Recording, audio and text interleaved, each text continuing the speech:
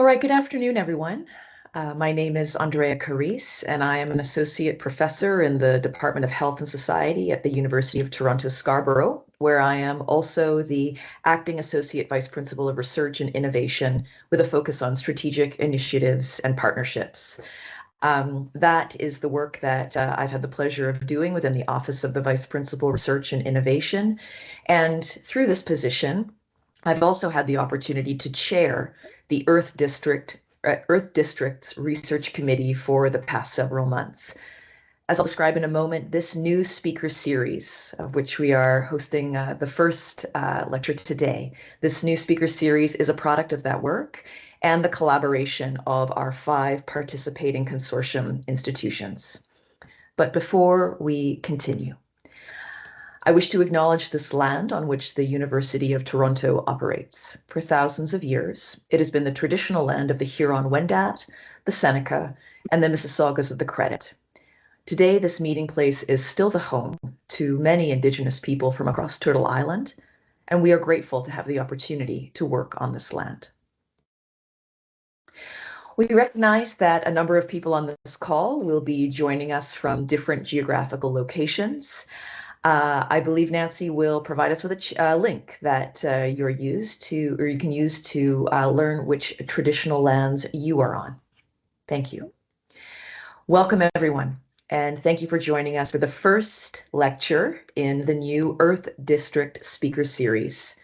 The Earth District is a 5-institution consortium of universities and colleges committed to developing the sustainable technology sector in the Eastern GTA and beyond. In the heart of the Eastern Greater Toronto Area, the Earth District, aka the Environmental and Related Technologies Hub, is a catalyst for sustainable innovation and collaborative change. This speaker series is going to be occurring throughout 2025, virtually, and led by the Earth District members, which include Centennial College, Fleming College, Ontario Tech University, Trent University, and the University of Toronto Scarborough. The Earth District Speaker Series is a forum that's designed to showcase innovative ideas, foster collaboration, and highlight expertise within our community. Not only, I hope, the expertise of our speakers, but the expertise of the audience members we've gathered here today and for the remainder of the speaker series. We hope you enjoy today's session and that you join us for future ones as well. Not a presentation without some housekeeping items. First, Teams has a closed captioning feature. If you'd like to make use of it, please click on the More tab on the top, slide down to Language and Speech, and click to show live captionings. Note that we are recording this session to share on the Earth District website for those who wish to watch it at a later date. That might mean that you make choices based on whether or not you wish to appear on camera. So just be aware that we are recording today's session. Finally, please use the chat function for general comments and networking. The Q&A box in particular, if you've got questions for the speakers. We're going to be monitoring the chat, but you've got a few resources there for when we do begin the discussion after Professor Romero-Lancau's talk. As the series is a forum to network with our colleagues across these institutions, please do use the chat now or send an email post-event to begin building those that fabric of connectivity we are hoping to generate through the series. So, to today's speaker, who I'm honored to be able to introduce, Professor and Canadian Excellence Research Chair at the University of Toronto Scarborough, Patty Romero-Lancau.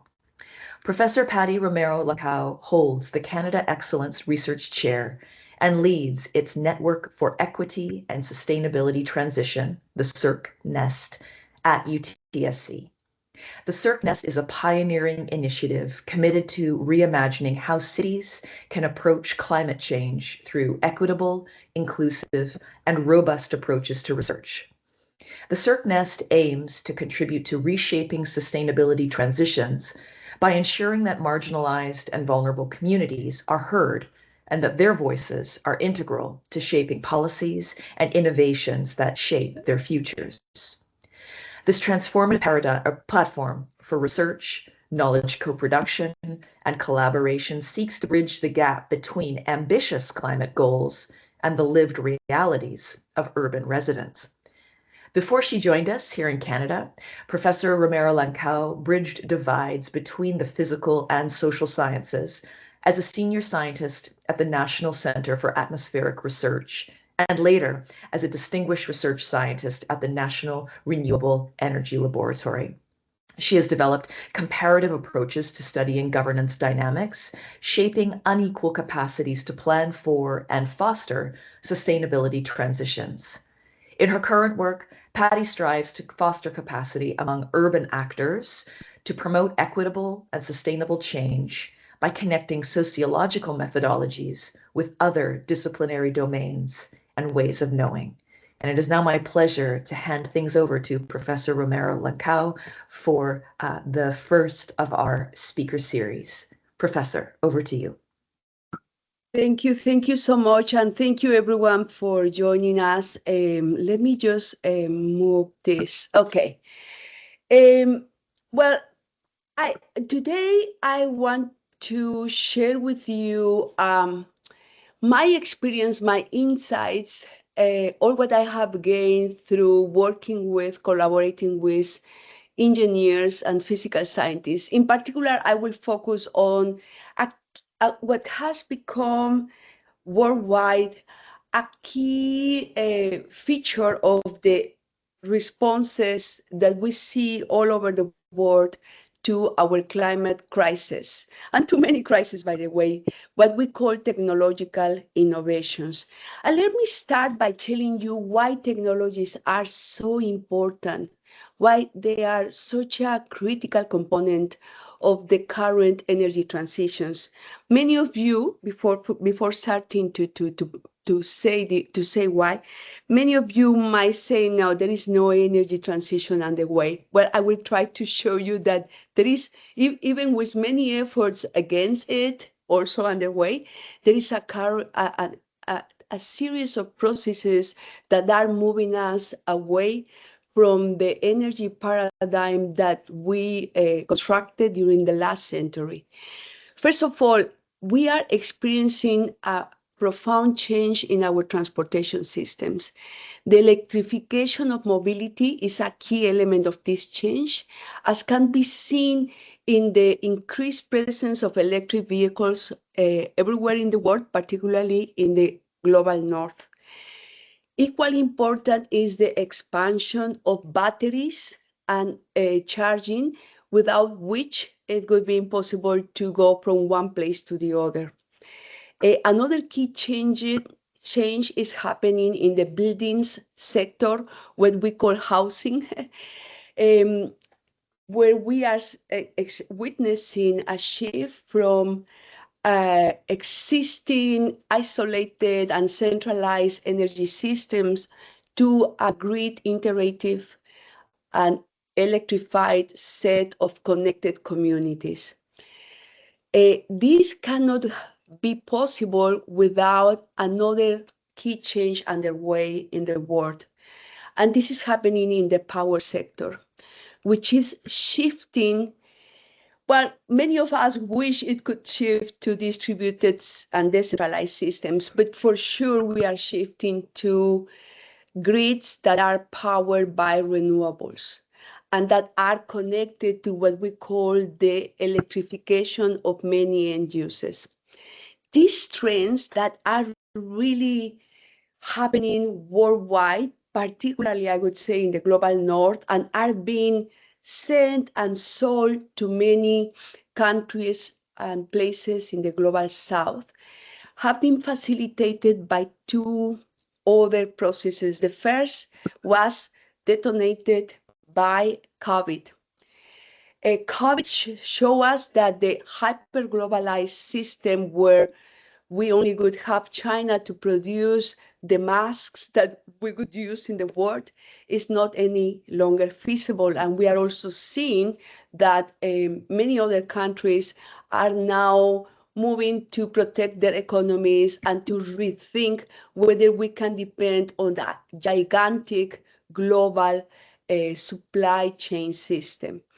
So this change for many scholars is opening the opportunity to create synergies between the net zero energy systems that we are creating and the promotion, the fostering of a increased productivity and of what we call green jobs. And not least important, many policies are also charting these changes through subsidies, regulations, market mechanisms, and land use planning. I didn't include this in this slide, but another key change we are seeing is an increasing polarization of our societies and also the move towards some authoritarian regimes. So these are things we will need to consider when we talk about the technologies we are promoting.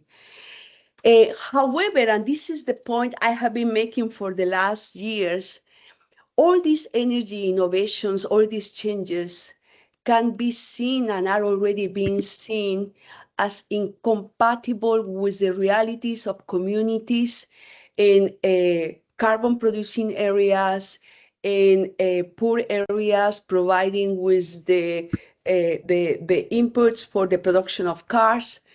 And they also are seen as disproportionately affecting some groups while benefiting others. In other words, the energy transition that we are witnessing is creating a new constellation of winners and losers, and is also instigating the polarization that we are seeing playing out worldwide.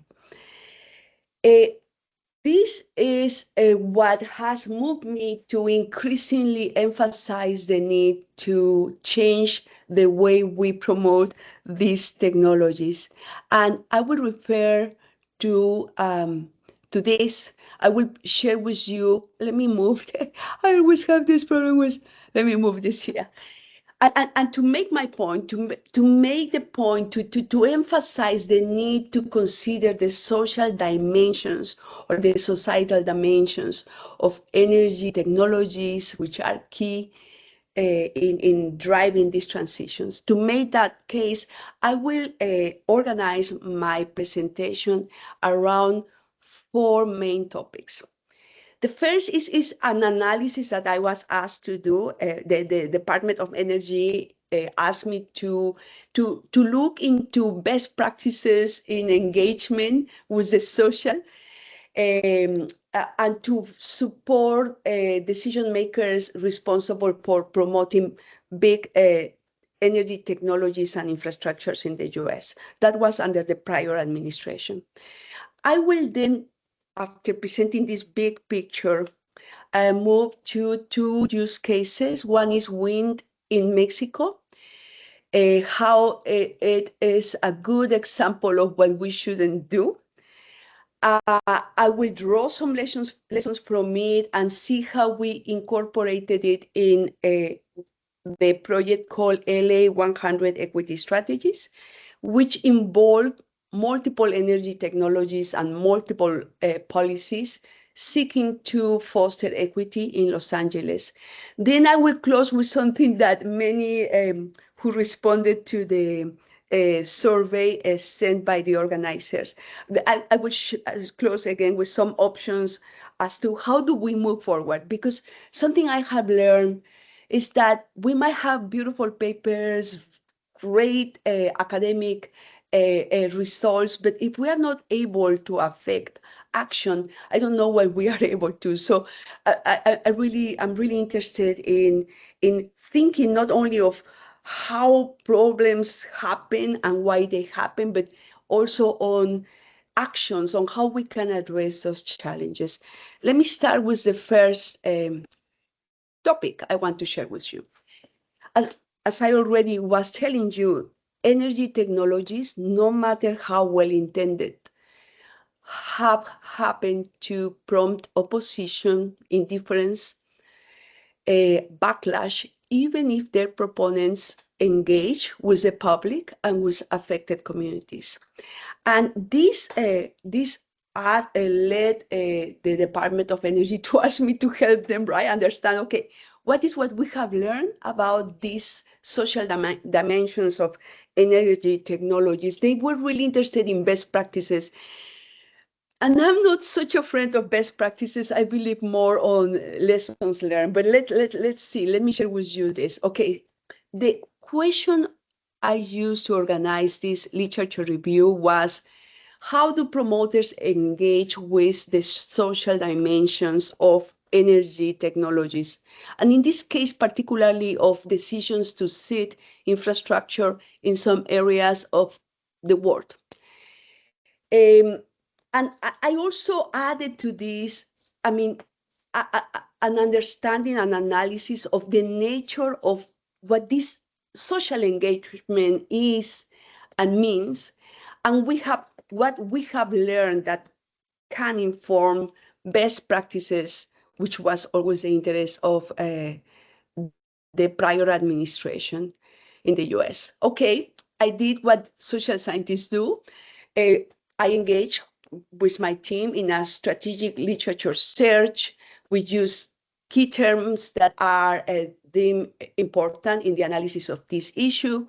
I also developed an analytic framework with questions organized around questions such as who promotes these technologies, who is excluded, and in what energy and decision-making processes are they engaged, for what equity goals and with what outcomes. I always use the W questions, right?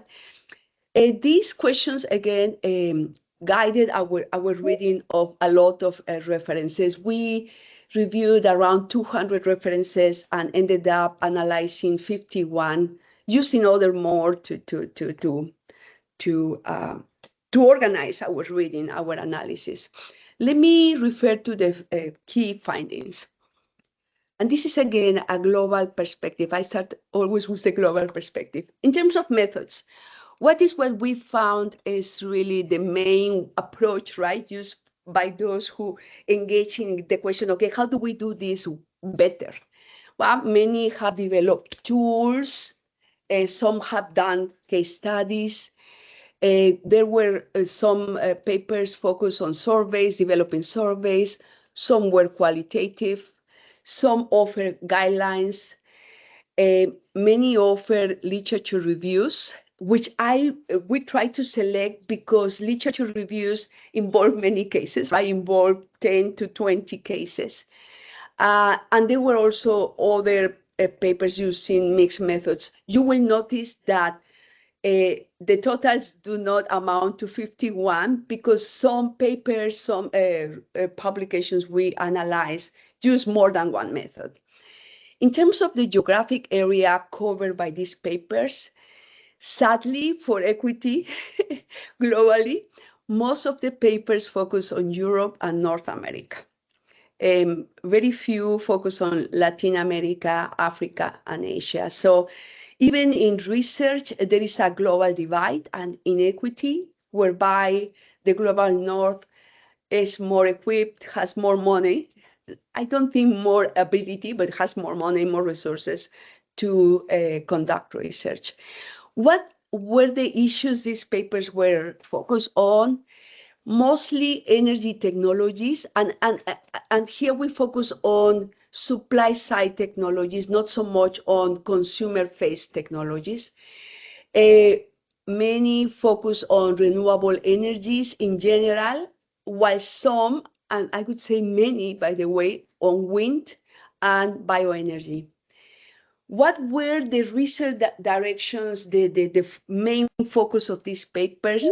It's interesting. One was many were focused on best practices, and a key area of interest is social acceptance. Why? Because many scholars have noticed that it is often the case that those promoters of energy technologies face opposition and backlash. So they were interested in understanding, okay, what are the features, the determinants of social acceptance or the lack thereof?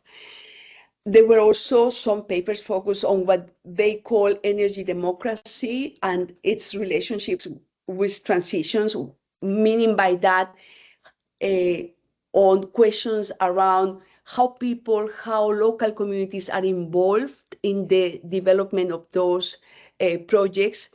And if they are not, what is missing and why is it, and how this determines issues of lack of acceptance and opposition. And there were some papers focused on regional development issues, meaning on questions such as what is the impact on the local economies of the introduction, the seating of infrastructure. Many of these studies show that there are winners and losers always in these efforts, and that in many cases, the winners are urban areas, the losers are rural areas. So these are more or less, this is like the big picture here. Let me now move to the key findings. The first key finding, and that was really hard to accept, is that engagement is context specific. Like, you cannot just have a one-size-fits-all, a list of best practices, a checklist that you just check, and then you get your, like a recipe, right? No, you cannot do that.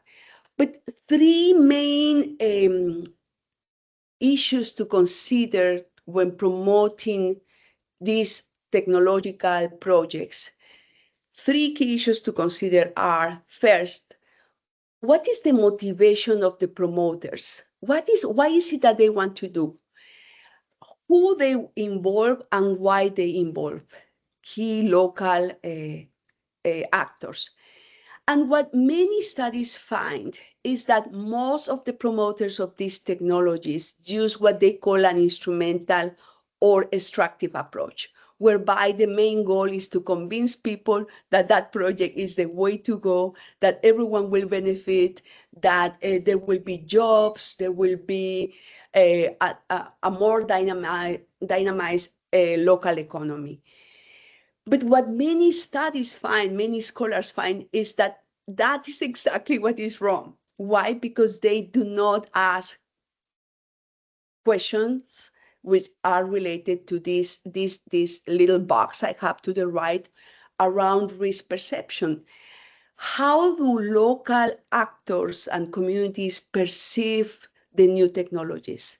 Do they see high risks? What are the benefits? And what could they get from elites who are leading the support or the opposition, right, to these new projects? What is equally important, how much local communities and local actors trust the promoters of these technologies. And something that many find is that lack of trust is also, can be a key determinant of opposition. So another key guideline, and I'm insisting on this also because I know that many of you are interested in, okay, what can we learn, right? A key guideline has to do also with engagement. There is not every engagement is equal. Many promoters of these technologies mostly inform the public. They say, guys, we just need to inform you. There are some, signs telling you in 3 months we'll be starting this project. If you have any problem, please read, right? Contact us and we'll see what we can do. But usually they don't do a lot. So most promoters inform the public. Some go beyond informing to consulting, and consulting means, okay, we want to know what you think, and then we just take note and we never come back. And that's something that local communities hate because they feel used, extracted, colonized, etc. And very few promoters really engage in true collaborations. And the best approach could be to empower local communities. I have never seen something like that. But okay, this approach to engagement styles really draws on the ladder of engagement, which is an approach that many social scientists use to analyze what happens when promoters are involved in seating and developing these big projects. Okay, besides that, I want to close this first part of my presentation with 3 key takeaways from the review. As I already had told you, many promoters of new technologies, of the seating of infrastructures, of wind parks, etc., tend to use instrumental approaches. And I think from what we saw in the literature and also from my own work, I will refer to later on, that those really backlash, that those are not the way to go, and that we need to change this one-way road approach to engaging with the public, because that's at the heart of the resentment, opposition, lack of trust that is really permeating many local communities, scholars, me included, work with. A second key finding is that the impacts of these new projects are nuanced. I mean, so far I have never seen that they are completely negative or completely positive, right? There are good things, there are so things, and there are very bad impacts. There is, in short, a mix of benefits and harms. And usually, the new projects tend to either perpetuate inequities and or create a new constellation of winners and losers. The key goal being, at least for me as a scholar, to find ways to reduce these inequities. And last but not least important key takeaway is that proponents often present the projects as the price to pay. Guys, you want jobs in this community? This is what we need to do, because if we don't do it, who will do it for us? And this often results in backlash and in lack of trust, with many community members saying, oh my goodness, are you again coming to tell me that this time it will be better? That this time it will be different? I don't trust you any longer. So these are the key general findings. Let me now move to 2 cases, or let me move to share insights from 2 cases. One case is one where I collaborated with Mexican colleagues who have studied wind energy parks in Tehuantepec, in the southeast of Mexico, an area where we have some of the most combative and powerful communities, indigenous communities in Mexico. Communities with a long tradition of mobilization, of auto-government, and of pushing back against many projects. So many that it could take me 3 days to describe them all. That's the first example. And this is one we use in a Nature Energy paper that I published with a bunch of amazing social scientists from around the world. The second refers to multiple energy technologies in Los Angeles. And there I collect the social science engagement efforts. So let me move to that. But before doing it, let me tell you that whenever we analyze technologies and energy technologies and innovations, we need to keep in mind that they are not operating in a vacuum.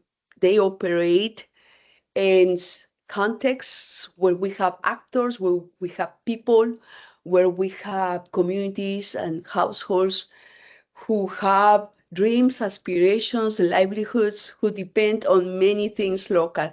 So therefore, many scholars, me included, insist on the need to insert technologies in the broader social context in which they operate, and to consider that, yes, as the IPCC, and I'm part of the IPCC, as we say over and over again, we need to transition away from our current fossil fuel energy systems, but we need to do it in equitable ways, in ways that warranty, that ensure that key community members, not only the key powerful players, but also marginalized communities, have a say, and where we do not perpetuate existing equities. And you will see what I mean by that.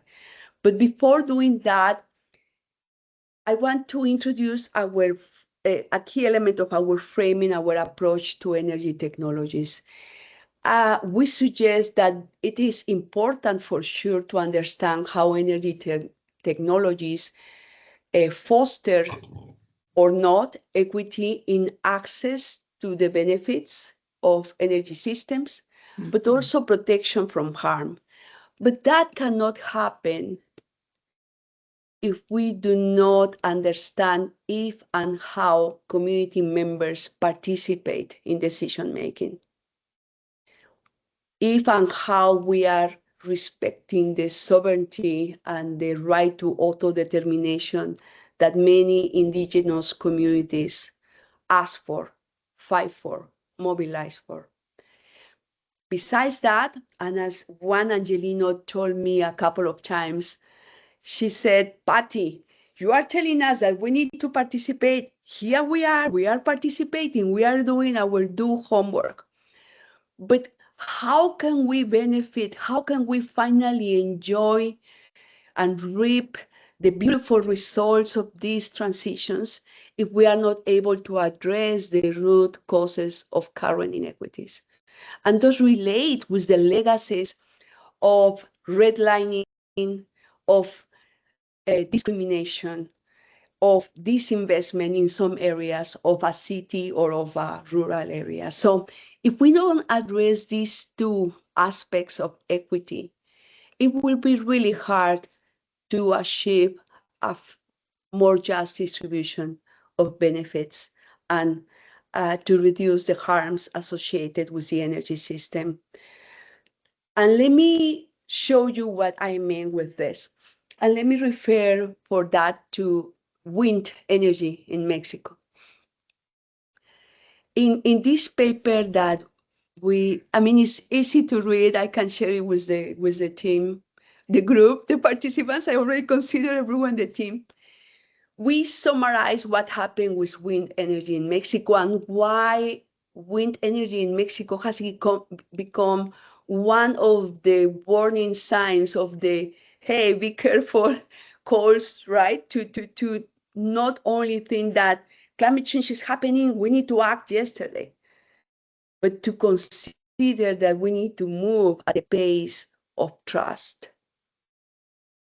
So from 2000 to 2005, the Mexican federal and state authorities held a series of colloquia with wind companies, particularly from the US and Europe. Also, with the presence of my prior lab, the National Renewable Energy Lab, which, as many development entities in Canada and in Europe, is charged with promoting new technologies, new ways of doing business in the global south. So they organized this colloquia with wind companies, with governmental actors, with academic actors, and with local powerful actors. The missing actors were the peasant and indigenous communities of Tehuantepec, the ones you see here mobilizing. These communities were really very appalled by what happened and started to mobilize and to oppose all the efforts intended to develop, to turn the Istmo de Tehuantepec into a series of wind farms particularly because that area has a lot of wind.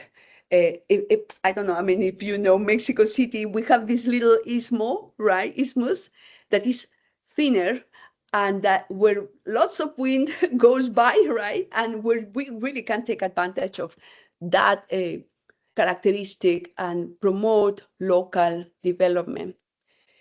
But what happened was that promoters did not acknowledge indigenous communities' autonomous governance, sovereignty, rules and regulations. They didn't engage in what we call in Mexico prior consultation. They just came and say, guys, here it is. I mean, we developed these amazing wind parks. Everyone will be happy ever after. But community members said, wait a minute, did you talk to us? Did you ask us? Where will you put this? I mean, you are affecting our livelihoods, our ways of life. How dare can you promoting this? Are you promoting this? So again, there was a lot of mobilization and consultation. And the result being that a big wind farm was canceled. Many investments were put on hold and delayed for some years, and that the government was forced to introduce legal reforms that acknowledge the right of indigenous communities to what we call prior consultation. Before making any decision, you need to consult with us, but really, I mean, in a two-way road, consult with us. For us together to decide as indigenous and sovereign people what to do, where to do it, where to invest, who benefits, etc. So, I mean, I could tell you a lot more about this effort, this example. Again, we can share this summary, but I really invite you to read amazing work that some colleagues of mine involved in this paper have done in the area. What happened after the negotiation, the legal reforms, etc., can be summarized in 4 key impacts. Many scholars have found that corruption is spread in the area, that indigenous communities are criminalized. They are not benefiting from these projects. They still suffer with job insecurity and loss of livelihoods, and that their rights have been violated. They also complain about environmental impacts such as noise and the shadow flicker. And they complain that and also scholars have found that that wind has generated socioeconomic disparities between landowners who rent the space or provide the space where the wind mills are located, and the rest of the population.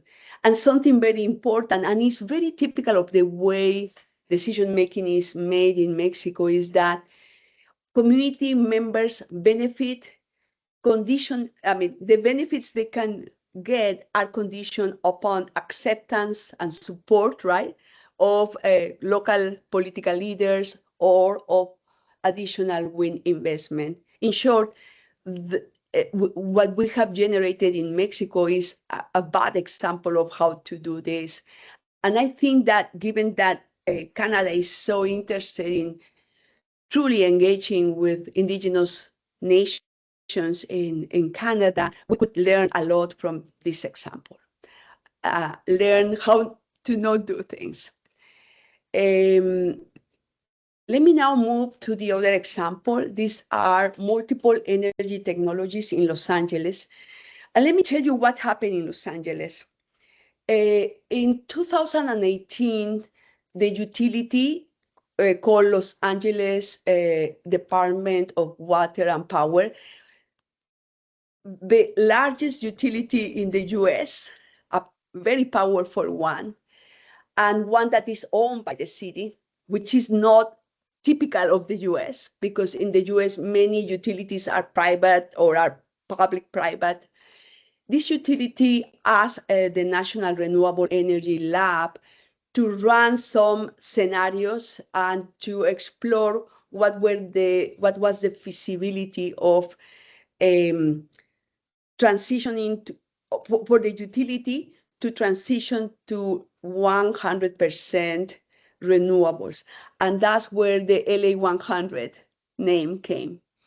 So all my friends in the NRAL, who are a bunch of amazing engineers, ran the numbers and found, and created also many scenarios and found that indeed it is feasible, it is possible for the utility to transition to 100% renewable energy.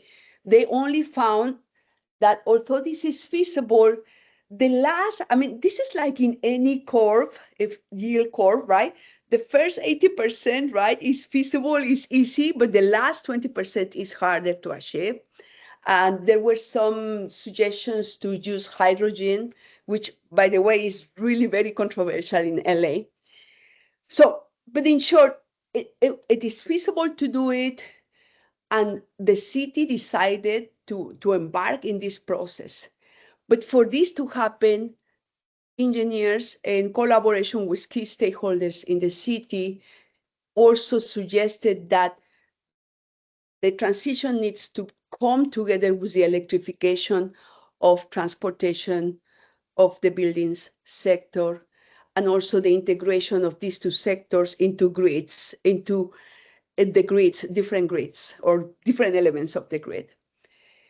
They also found, and that's something nobody can contest, that this transition provides significant benefits in terms of greenhouse gas mitigation, air quality, and public health. But what was also clear, and this was the result of the mobilization of CBOs in LA, which are really strong players in the city. What was also clear is that while all communities will benefit from the model LA 100 clean energy scenarios, for the city to really improve equity, it is important to make sure that we allow key players and marginalized players, disadvantaged Angelenos, to participate in decision making and to benefit from the transition. And that requires intentionally designed equity strategies. And that's where I played a role. In 2020, it was the beginning of 21, I was approached by the prior PI of the project. She told me, Patty, would you like to be the PI of the project together with another colleague?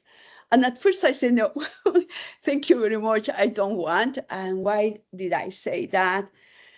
Well, because I told her, well, I don't want that you use me as your figurehead. We have a Latina and she's a social scientist. Oh, bravo, everything will be beautiful. And then you guys do nothing. So no, thank you, thank you. You know, I have other things to do with my life. She told me, no, Patty, we are serious. We are really serious. And we want to use the 3 tenets of justice to guide our efforts. And we are serious with engagement and the whole enchilada, as we say in Mexico. Well, it took me 2 days to say, okay, this is really a great opportunity. And so I did. I took the opportunity and I co-led what we call now LA 100 equity strategies.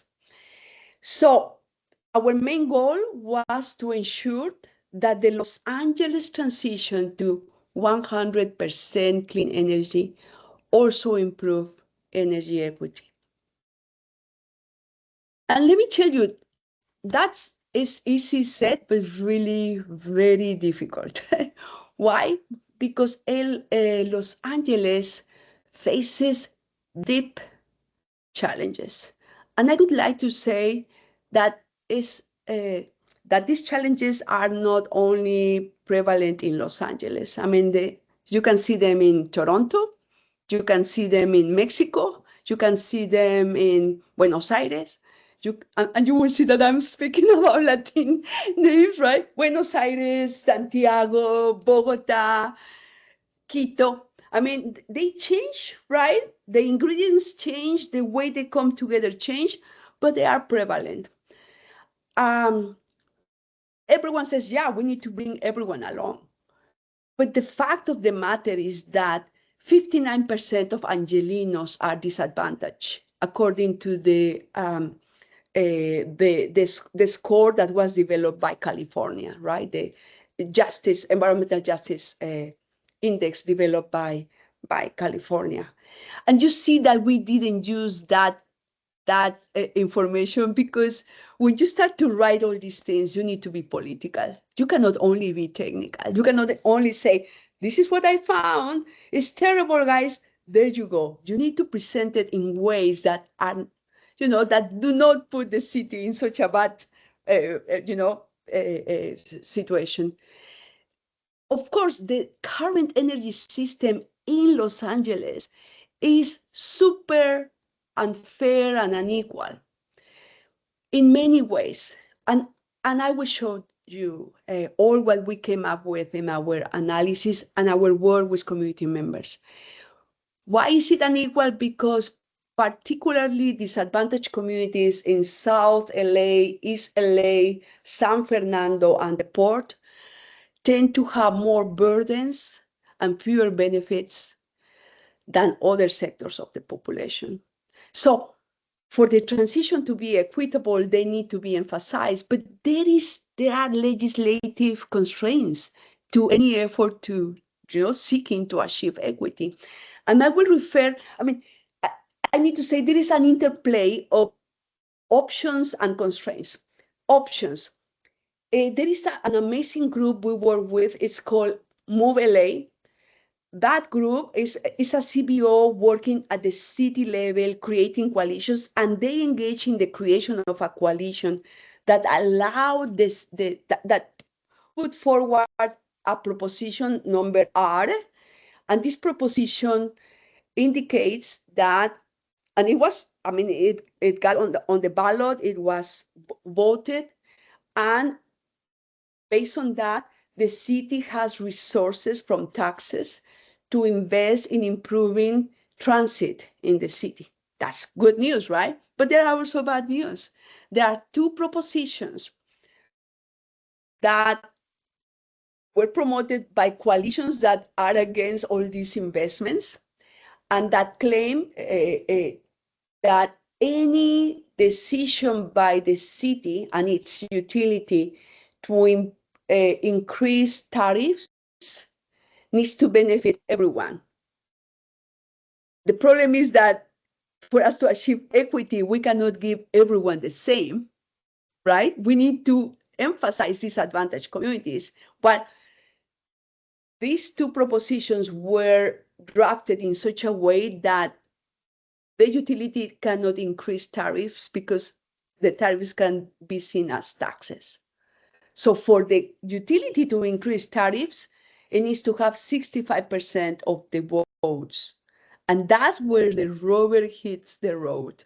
The city is just now caught in, okay, how do we do it? Okay.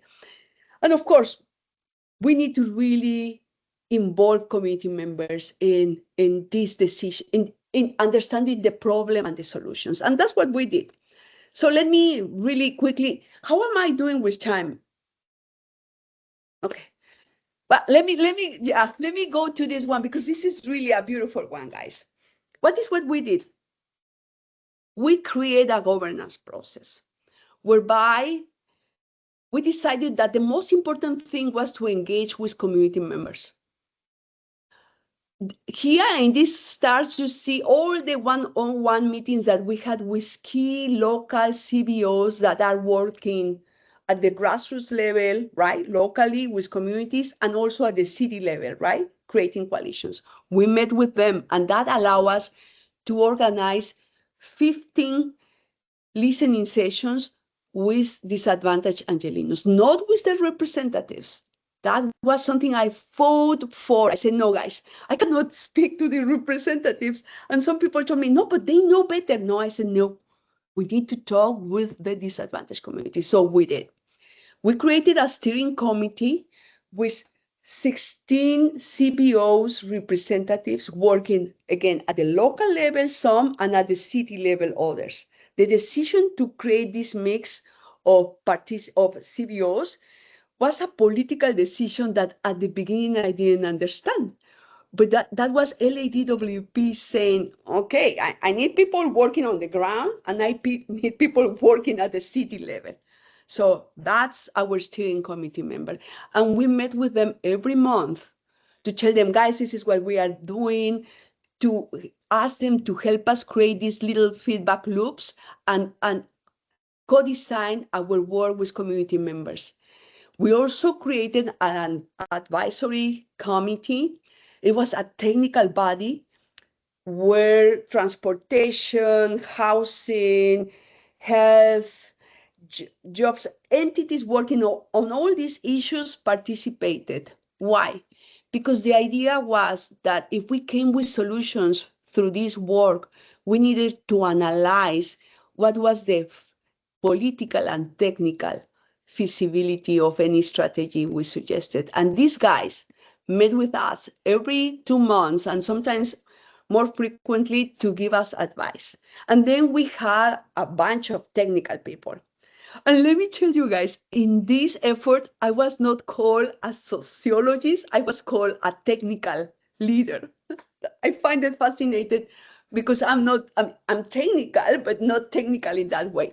So what we did, and this was Nicole, an anthropologist, and me, this is a typical inequity, were informing the analysis and modeling efforts of a bunch of engineers. You will see that. But so that's what we did from August 21 till May 23.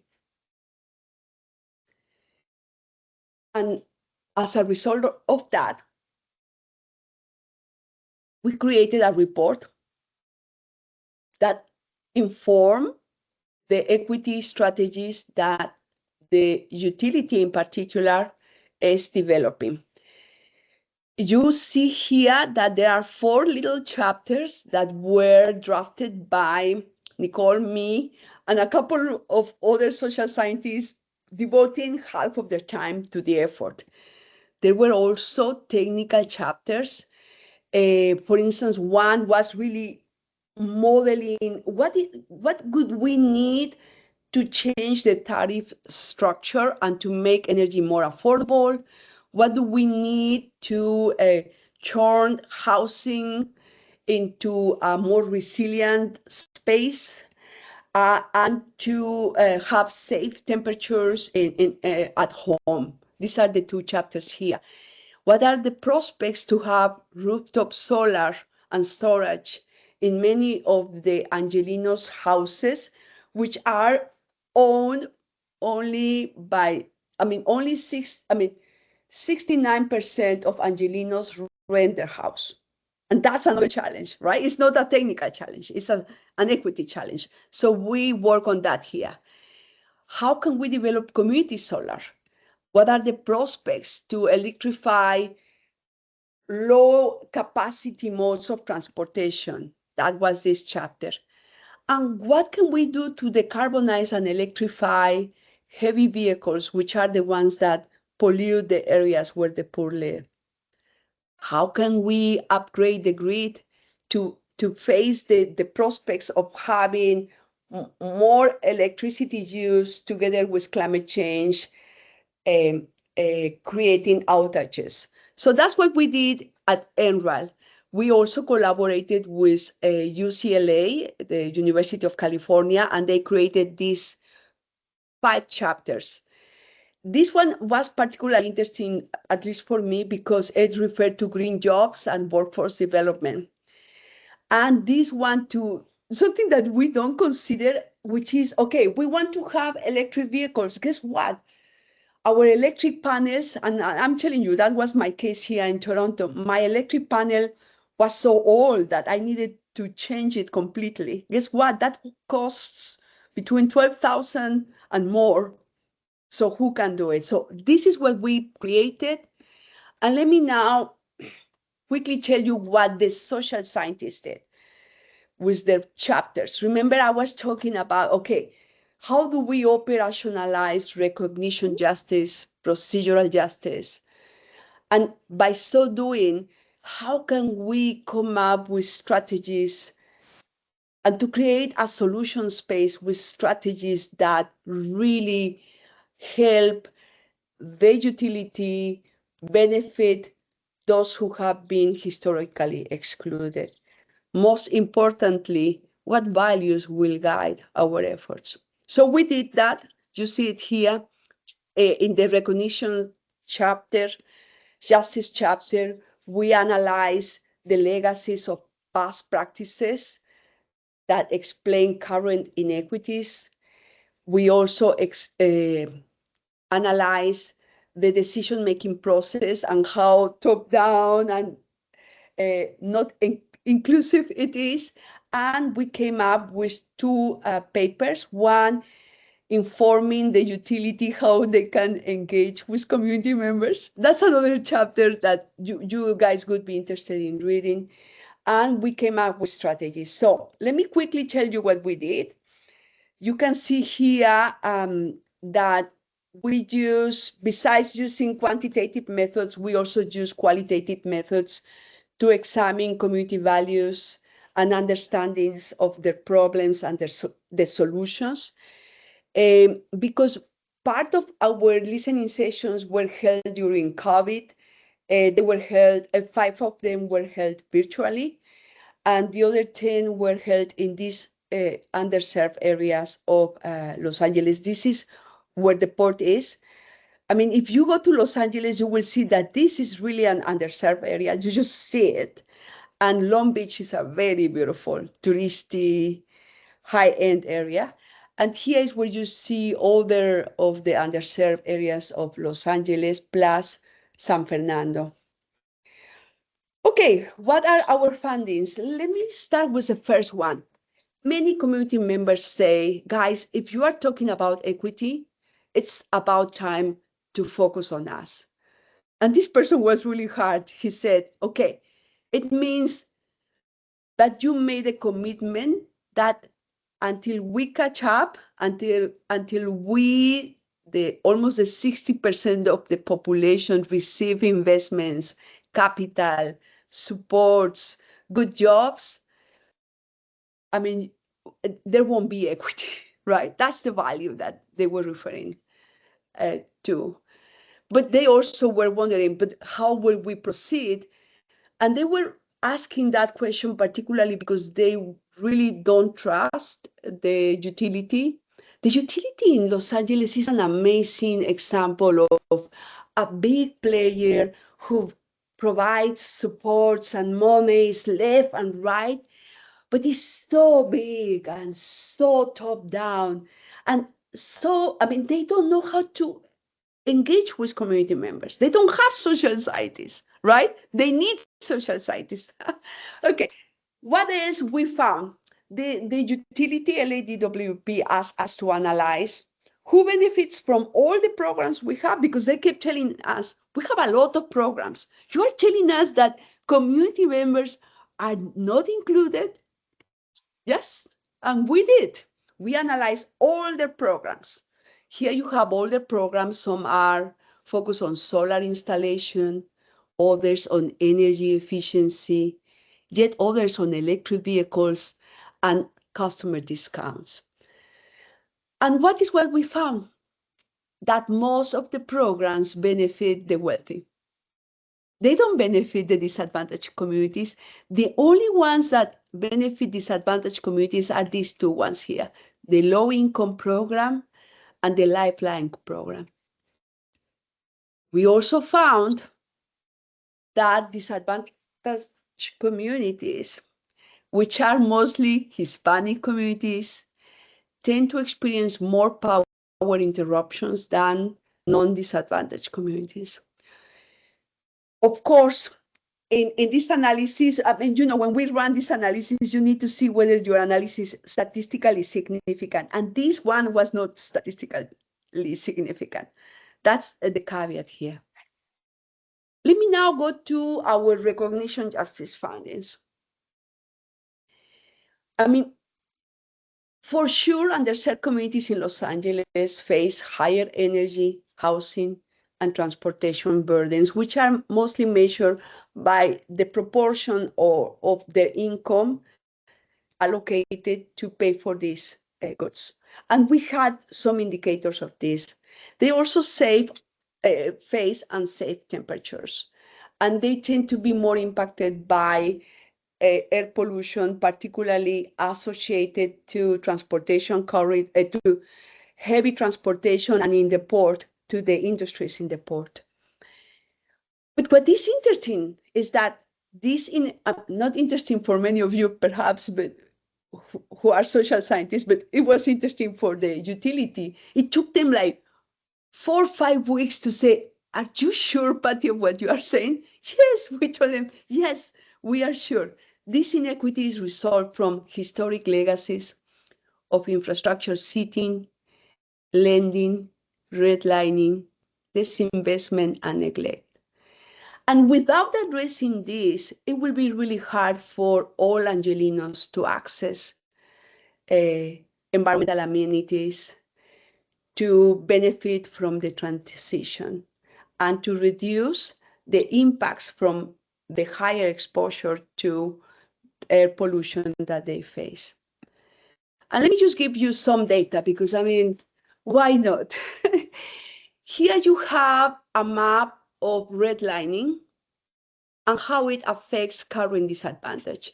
If you know, in the US in particular, at the dawn of the last century, many of the developers develop some scores to decide who was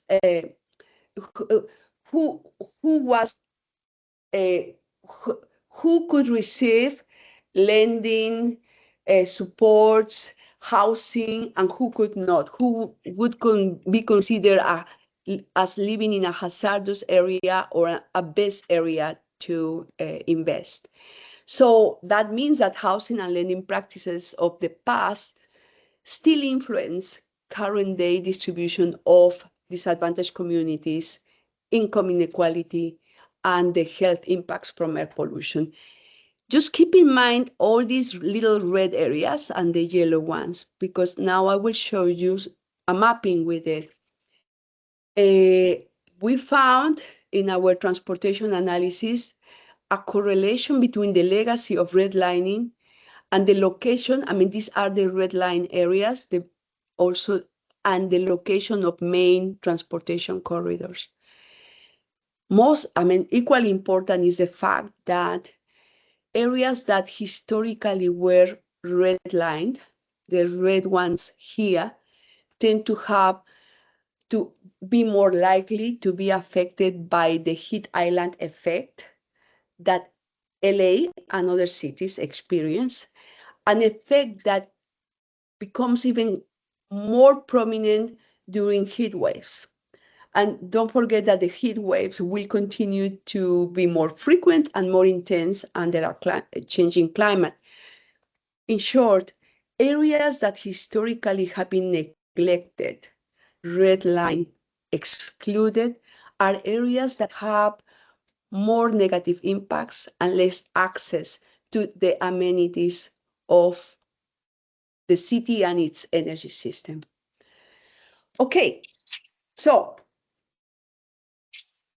and with this I'm to close, right? What are the options, right? I mean, what do we do? Well, what we did, and this is something we intend to do also in CERC-NEST in Toronto, and to continue doing in Los Angeles and in Mexico, is to ask communities first, okay, what is your vision? How do you reimagine the future? And then we ask them, tell us what you do every day and what barriers and challenges you face. And the last and very important question was, what do we do? What are the solutions? What do you suggest? And believe me, people got started and came up with a bunch of solutions. So many that it took us a lot of time to organize them. So we came up with 12 strategies based on a coding and analysis of what community members told us. And a selection of those suggestions that achieved saturation, that were most mentioned by communities. Also, those suggestions which we analyzed through our engagement with city officials to see what was feasible. So we came up with 12 strategies that focus on what I call building blocks, stepstones, right? Which is, okay, what entity could implement them? Can the utility implement them? Can the city implement them? Can we build on existing programs, right? What are the specific metrics of success, which is something that city authorities always want to know. Don't tell me what I need to do. Tell me how I measure success. Okay. So here are, I mean, we came with many strategies, but these are the social scientist strategies. You will notice that we organize them in 3 big blocks. There are some citywide foundational strategies without which the ones I will refer to here are, and where you will see many of the energy technologies and infrastructures many people focus on. Many of these strategies here cannot exist without the backbones that you see here. The first one, and something that many community members told us, was please improve city regulations, accountability, and enforcement. Community members suffer from predators who come and tell them, just give me your roof. I will make miracles with it. I will have solar. And community members say, what do I pay? What do I do? Nothing. They end up paying. And they are being predated by this. Also, if you are to upgrade houses, make sure that we don't get service providers that just don't do what they promise to do. Really make sure that there is accountability here.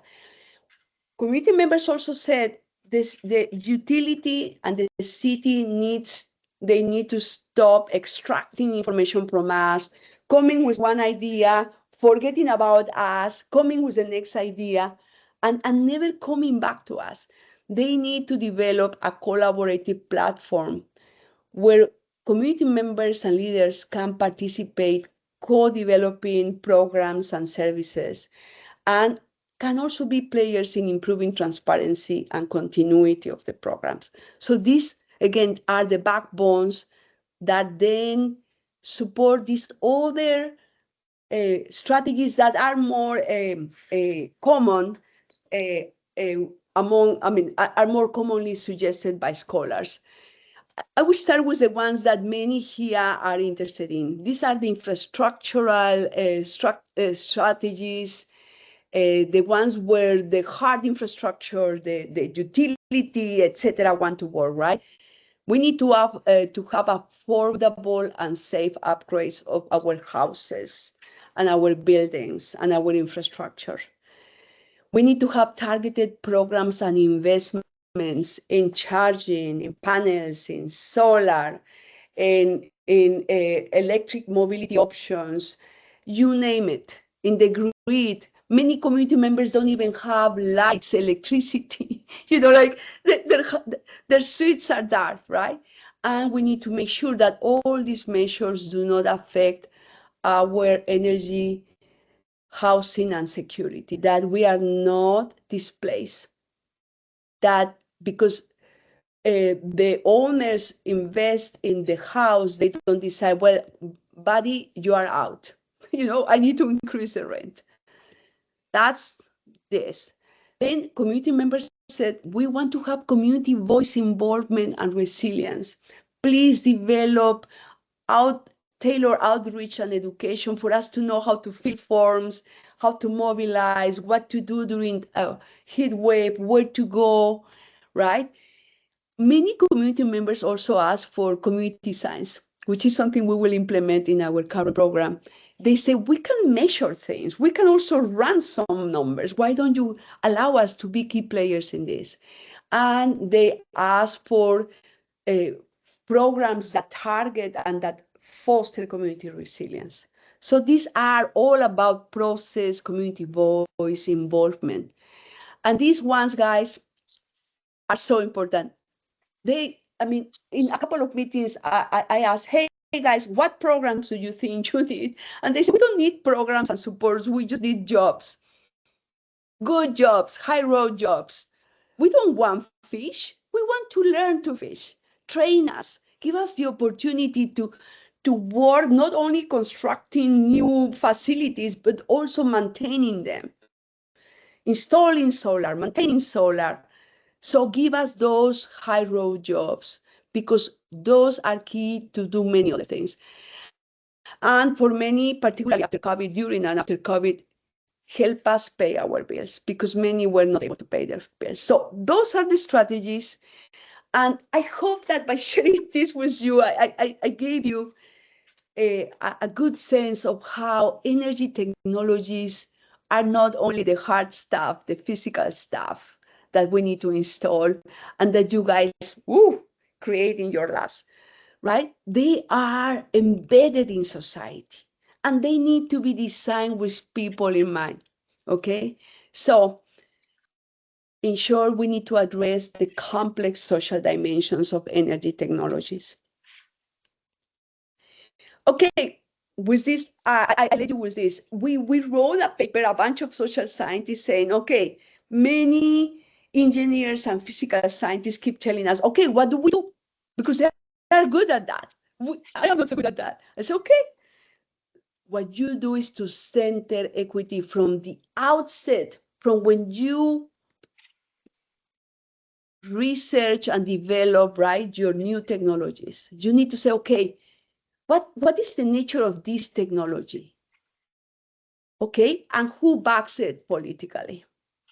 Is it really benefiting the poor? I mean, let me tell you, many poor communities told us, guys, we don't need electric vehicles. We need good buses. We need good transit. We need good mobility options for the last mile or just to move from one place to the other of the city. We need to also see who is receiving funding and for what and who benefits. So I am here suggesting a series of questions, social science questions that you could use when designing your technologies, when you are putting them in the niche, in the seed space, but also when they are mature, right? And we are now faced with many mature technologies, wind, solar, charging, etc. We also need to say, ask ourselves, how are they deployed? Who is excluded? Are we deploying them with different sectors of the population in mind? Or do we think that everyone is equal? Let me tell you, not everyone is equal. So we need to keep that in mind. And how are we distributing benefits and risks and harms? And how are we addressing existing inequities? Or do we just intend to perpetuating, exacerbating inequities? I tell you, ethically, that's not correct. But if you want to be politically savvy, politically, that's not correct either, because many people are really angry, upset, and are getting very polarized because they don't see things happening for them.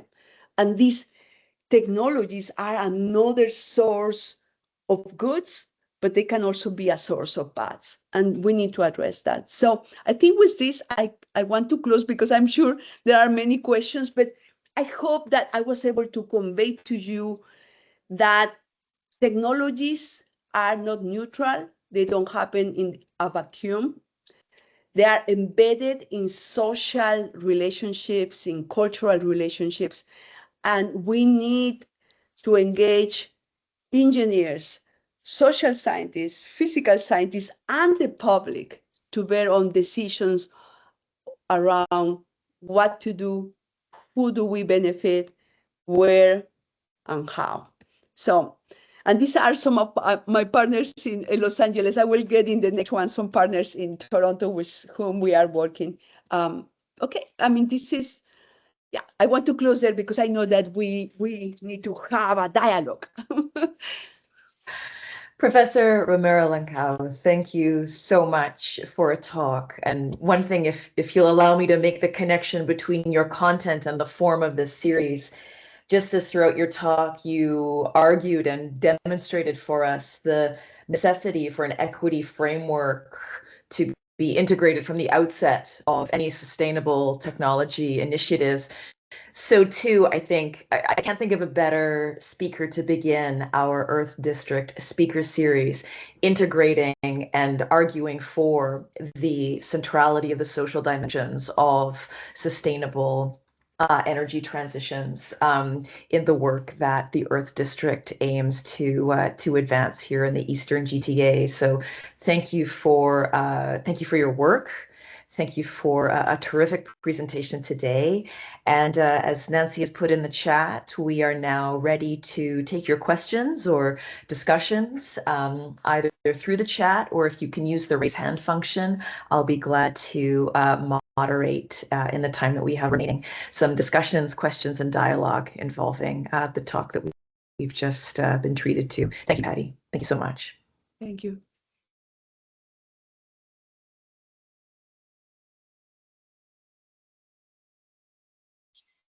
Wondering if there are folks ready to start us off. Leslie, do I see you unmuting?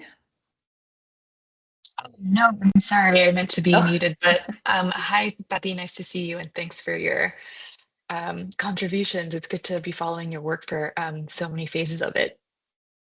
Oh, thank you, Leslie. Well, Leslie was really involved is really involved in many of these efforts, and I was preaching to her. She knows more than I. Thank you for being here, Leslie. And one thing, I mean, before people get into questions, is that I am really very intrigued and very excited to see that key players in Toronto see many of these issues.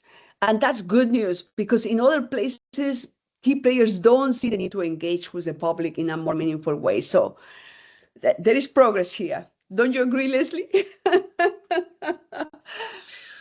I agree, yeah, and especially in these times when we really, have to rely on community resilience and local networks. I think it's really important, the work that you're doing.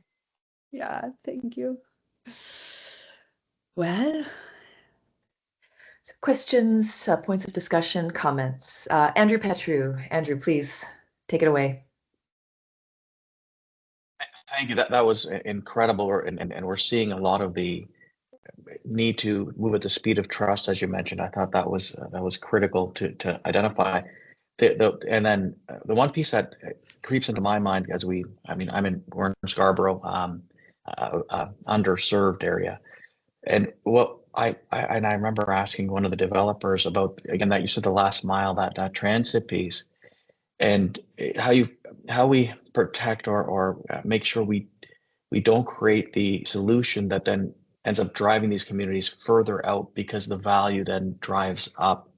So I was wondering if you have any thoughts on the impact of then the positive move. I think that foundational piece of that collaboration and working together in unison is critical, but then the aftermath of the success may be the downfall to that movement. Food for thought. Just curious to see where your head's at on that. But that's a really critical point, a critical challenge. And I live in Scarborough, by the way, because I work at UTSC, and we need to connect, Andrew. If we are talking about mobility, I think in Scarborough we need to improve walkability. We don't have options to use bikes. For instance, to go from Lawrence to the university, Morningside is a really hard avenue. So, Andrew, if we consider that investments in trains tend to benefit, vis-a-vis investments in buses, tend to benefit the wealthier more, right? Perhaps we could focus on buses and buses connecting key, for instance, connecting stations with the university and with key places here. I think that addressing mobility issues in this case with an eye on marginalized communities and not the middle to upper, class communities would be the way to go. And Andrew, let's connect, because we are working in one project called Moving the Youth, and we want to use all these things and pick your brain to also make sure the youth know that they are key players, key agents of change. They are the agents of the future. So, but yeah, we need to do it with not the middle class to upper class sectors, but the lower class sectors in mind. I welcome that. I think creating that engagement from the youth, but also leveraging existing technologies, as you mentioned. How do we improve using AI? Maybe the ups and the peaks and valleys of demand for those movements. We have students who take the bus on the other side of the street to go all the way down and then hop on to get to the campus because the timing is terrible. The buses are overflowing with people. So you're right. So anytime, I'm in. Okay, I will connect with you, Andrew, but I will ask the organizers to connect me with you. Thank you.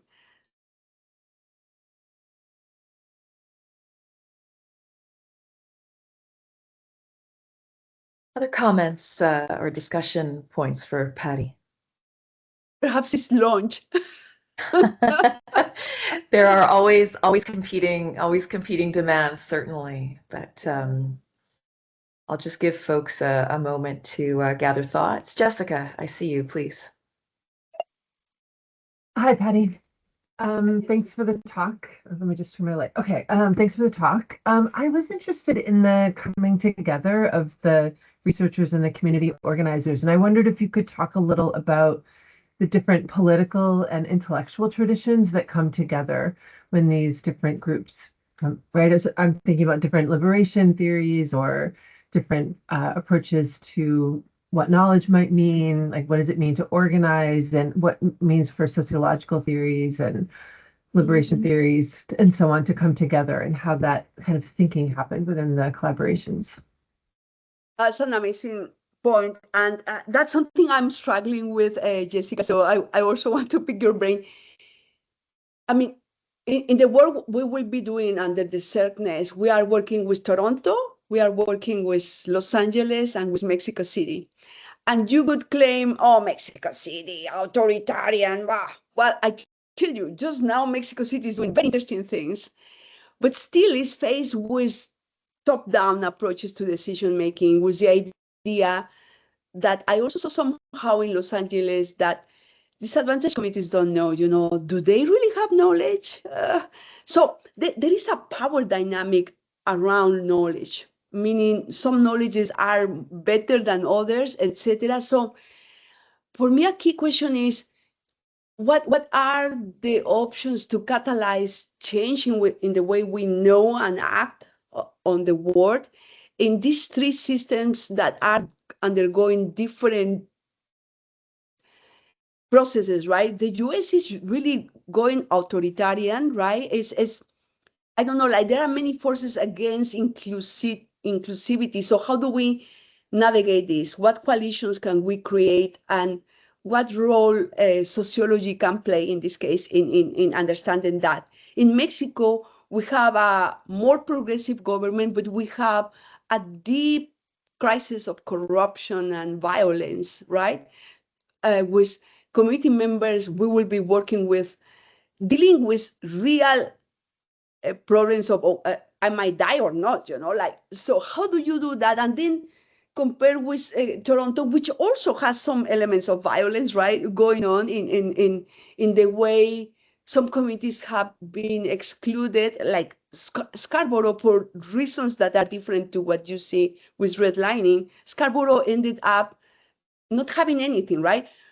Cars are not the option that many can use. So my question would be, the key, something I want to understand is, how do we navigate these mechanisms of exclusion that are so subtle and so underneath the currents and deal with these power dynamics. And that's for me a key, not only sociological, but also citizen challenge, Jessica.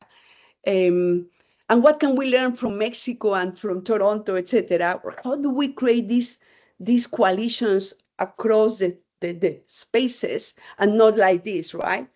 So those are for me questions that are more pragmatic than only sociological questions, but are based on how I went out from the academia and came back to the academia, the faculty. So, yeah. Thanks, Patty. No, thank you. Thank you, Jessica, for your comment. Julia, please. Hi, Patty. Thank you so much for that talk. It was wonderful to hear more about your research and the amazing work that you're doing. I was just thinking about, how you were talking really prioritizing, centering the sort of social dimensions that are embedded in these kind of green, newer environmental technologies, and the sort of challenges around kind of getting people to really pay attention within the sector, because it's just reproducing the same sort of historically embedded winners and losers. And you had these 12 priorities. And I'm wondering, like, for you, what have been some kind of success kind of stories throughout the way of like impactful ways of really embedding an appreciation in the people that who you really want to understand the importance of embedding these social dimensions, and getting them to see that they should.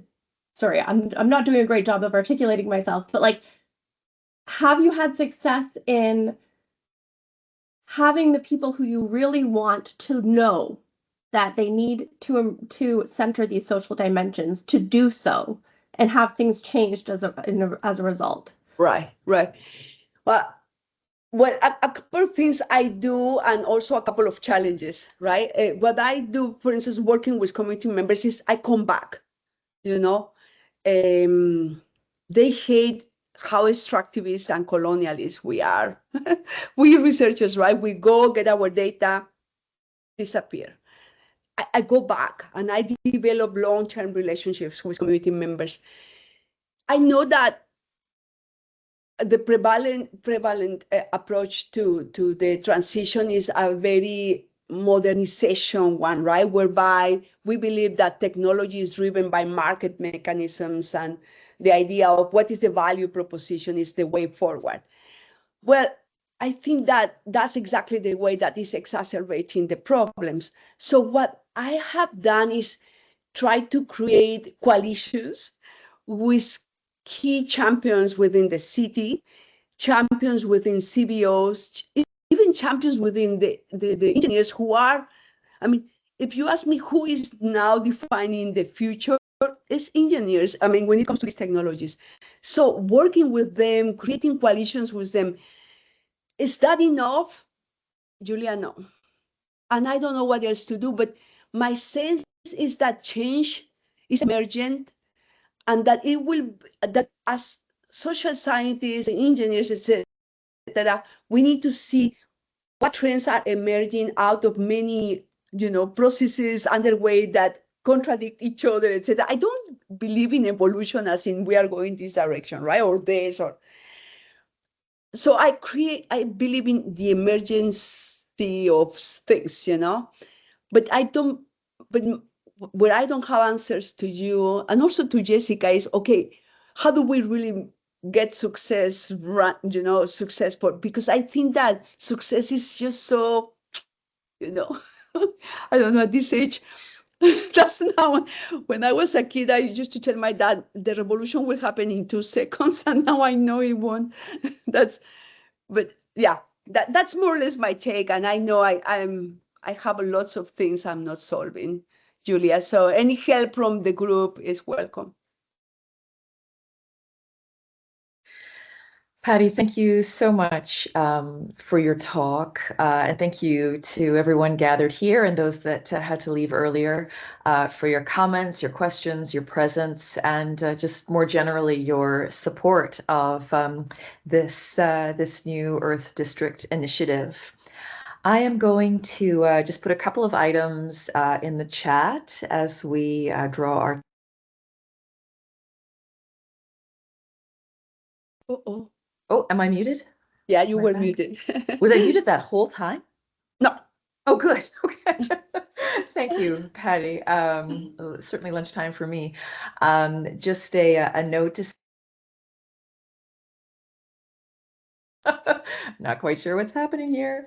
If this has whet your appetite for more Earth District discussions, we're having another event on May 2nd entitled Decarbonizing Buildings. That's a collaboration between the Earth District and the Toronto and Region Conservation Authority, the TRCA. Their Project Green. So that might be something you're interested in participating in. Thank you, Nancy, to the sign-up form that's there. And so far, although we might be able to provide you an update, our next contribution to the Earth District speaker series, what we've just commenced today with our inaugural talk by Patty, our next is called Is Silicon Valley Going Green? Digital Tech, Energy Systems, and Environmental Sustainability, which will be led by Tanner Merles from Ontario Tech. And why don't you just take the opportunity now to sign up so easily using the link that Nancy's kindly put in the chat.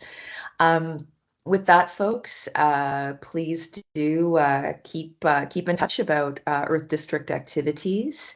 We're so grateful once again to you, Patty. It's hard to be the first in anything, but honestly, I could not have imagined a better person and a better set of projects and more expansive expertise to launch us into this this new speaker series. So my special thanks to you and to Nancy for all of your coordination. Jess is not here today, but Jess also contributed to the behind the scenes. But we're grateful for everyone for your time today. So take care and stay tuned, and we will see you next time. Thank you so much. Thank you, and thank you for facilitating this. Thank you, everyone. Bye-bye.